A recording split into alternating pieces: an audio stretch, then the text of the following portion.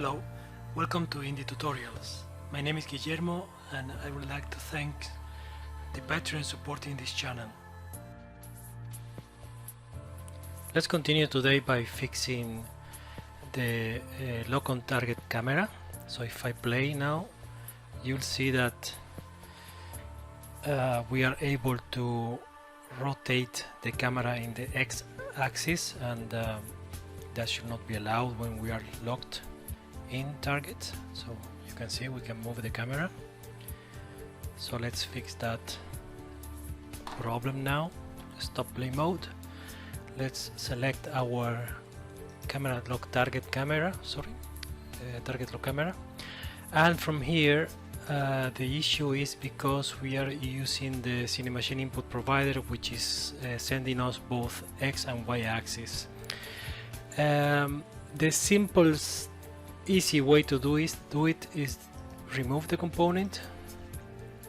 Now it will start complaining that new input system is detected, blah blah blah, but down below we see that it's expecting the old input to be handled now, so mouse Y and mouse X. The simplest way to do it is just delete the input axis name. Okay, but now if we play this the scene using the gamepad, we also lose the mouse Y. So another way to fix that is just go into the project settings, the old input manager, go to access, and we have here the mouse Y. So let's duplicate this array. Now we have two arrays of mouse Y, and in this mouse or this array, what we want to do is, instead of the type, to change the type to joystick axis, and the axis we need is the 5th axis. Then I will add here a depth of 0.19 and the sensitivity to 1. That's all we need here. Close it up, save the scene changes and click play.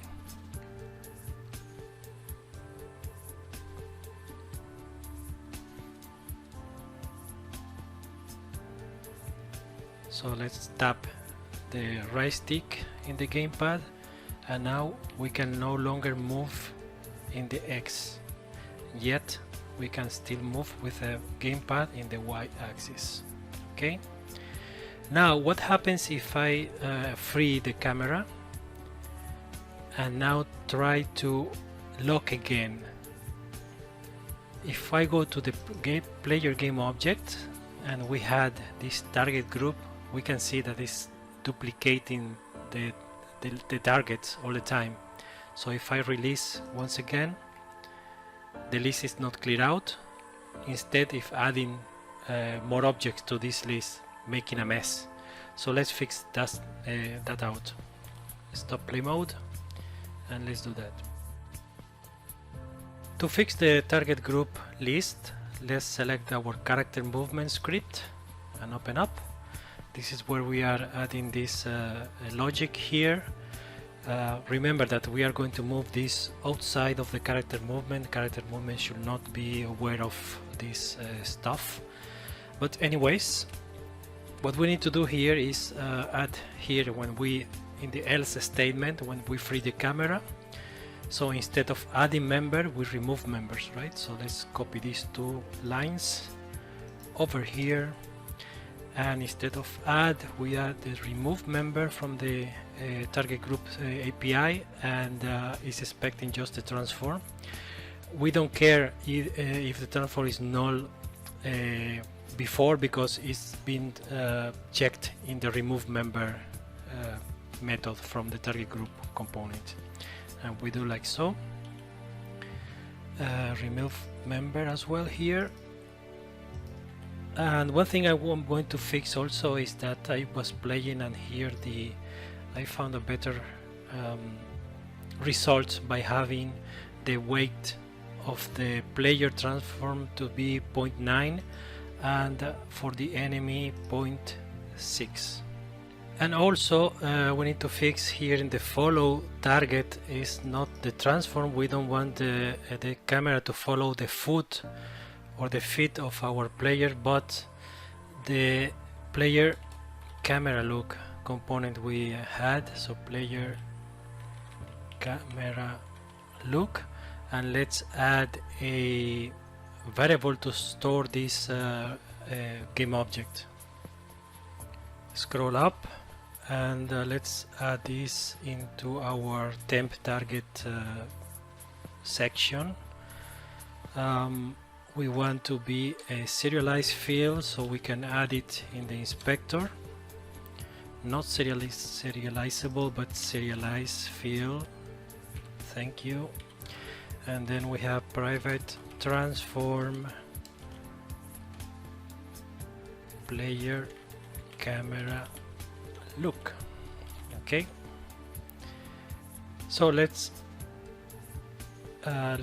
scroll down so it's pointing to the right variable. Let's minimize Visual Studio, let Unity compile, and we need to go to the prefab. So open prefab, in the player game object, scroll down where we have the character movement script.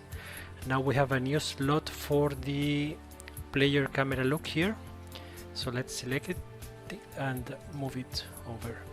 Alright, it's auto-saving the prefab, so I can just go back and so now if we hit Ctrl P to start play mode, and let's give it a try.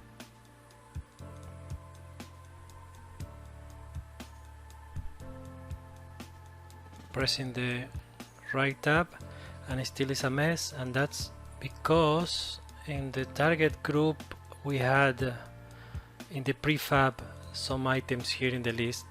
So let's stop play mode, go to the prefab, open prefab, target group, and remove everything from the list. Also, you can play with the target group transform and perhaps lower it up a little bit, something like that. You can play with it, it's not rocket science.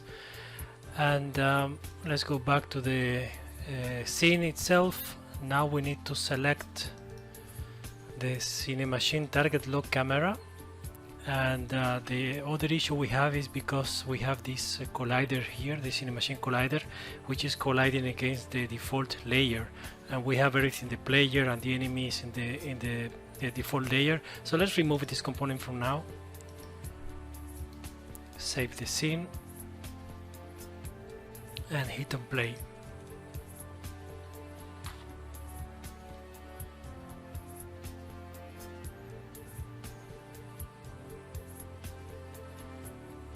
Okay, so let's press the lock on target and we have a much better result. Of course, the next thing we are going to do is implement a strafe movement in 4 directions, because right now we can only move forward in this case due to the coding we had.